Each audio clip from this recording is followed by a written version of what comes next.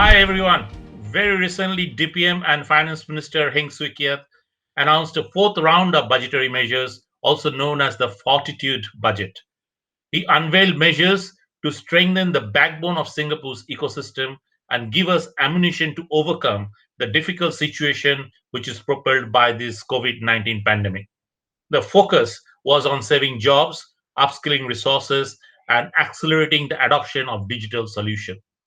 A quick introduction. I'm Abhijit, PwC Singapore's tax market leader, and I have with me my colleagues Siu Kwan, who is our Asia Pacific leader of entrepreneurial and private business, and Ching Ni, our technology, media, and telecommunications leader, to have a dialogue and to get their views on the recent Fortitude budget.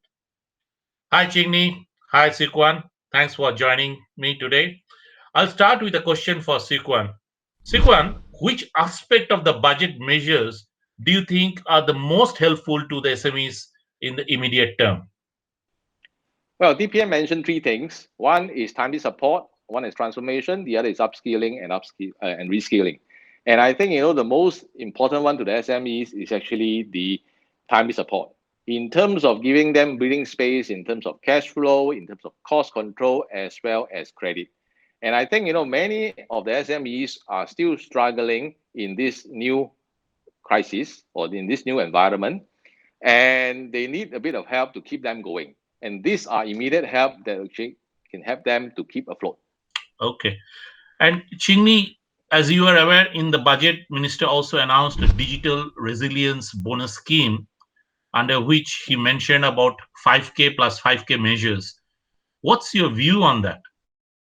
This 5K plus 5K is a catalyst.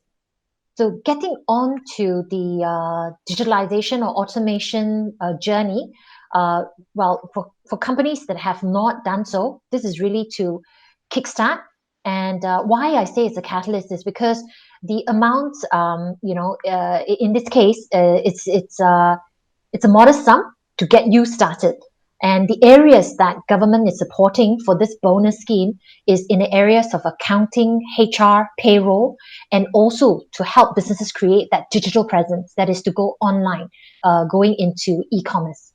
And of course, the second 5K is in relation to getting the organization to become data driven.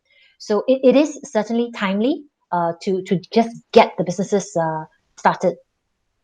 Okay, thank you. In the last few years, the government has been encouraging Singapore businesses to invest heavily on productivity and innovation. Do you think that has made a difference to their level of preparedness to handle the COVID 19 situation? Sikwan, maybe first. No, I think it's clearly that they have. And I think you can see companies that have actually invested in the digital transformation journey are actually well positioned to handle this situation. And in a funny sort of way, they have been investing in those things, but may not have actually used it extensively. This situation forces them to do so, and they're well placed. Certainly, it has paid off, and obviously, there are other issues and concerns, but certainly, they have placed them above the rest of the peers who have not done so. Chingni? Yeah. To add on to what Chiu Kwan has just shared, yes, companies who have started the process, right, has in that sense be more prepared, to deal with COVID and circuit breaker measures.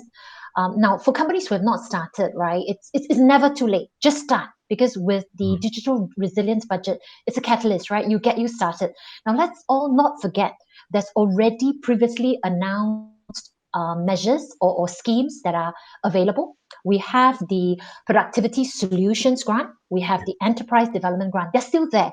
So it is for companies, right, for businesses to avail those, get kickstarted with the bonus and then follow through. Okay. As you know, the circuit breaker period has really proved to be a resilience and endurance test for all the businesses without exception.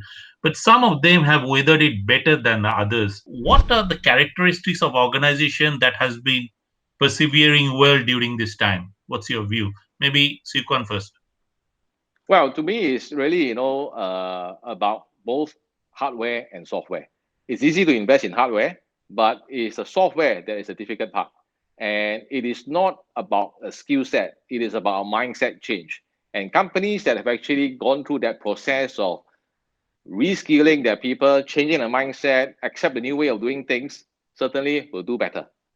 Ching Ni? Yep. And I would add on that, on the software part that Siu Guan has mentioned. Well, software in there, there is the culture, the corporate culture, the industry culture. Now, for companies that have weathered better than others would be their readiness to do work from home. Now, it is not just the company itself. If you think about it, if your customers are not ready to operate from home, because the employees, right, individuals, everybody has to work from home if you want to keep going, right? So it's about the entire ecosystem.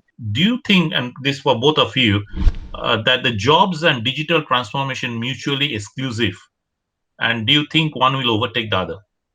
Siu Guan? Jobs are not static. And you look at, in the last 100 years, job scopes have changed, but people survive. And why people survive is because they adapt to change. And digital transformation or digital is just another one of those things, and need not be such a scary thing. And it is actually part and parcel of life. Thank you. Ching Ni? Yep.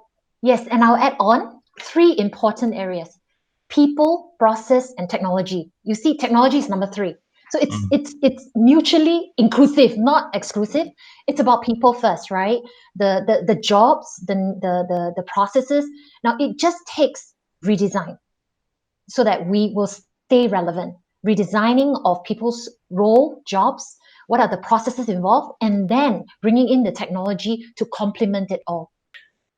Thanks, Siu Guan and Ching Ni, for your views on the Fortitude budget. To wrap it up, in many ways, COVID-19 has disrupted the business as usual model that you used to know. And it has forced the businesses and the individuals to transform and adapt. Now, what would be the new normal and the path to recovery may be difficult to comprehend for us at this stage. But as the saying goes, in times of war, prepare for peace. During times like this, preparing for peace basically means embracing digital solution, innovation, transformation, and upskill. So when the time is right, we should be ready for the recovery and bounce back. So thanks once again, Siu Guan and Ching Ni, for being part of today's dialogue, and also to our audience for tuning in. If you have any questions or comments, please feel free to leave them in our comments box or reach out to us. Thank you and stay safe.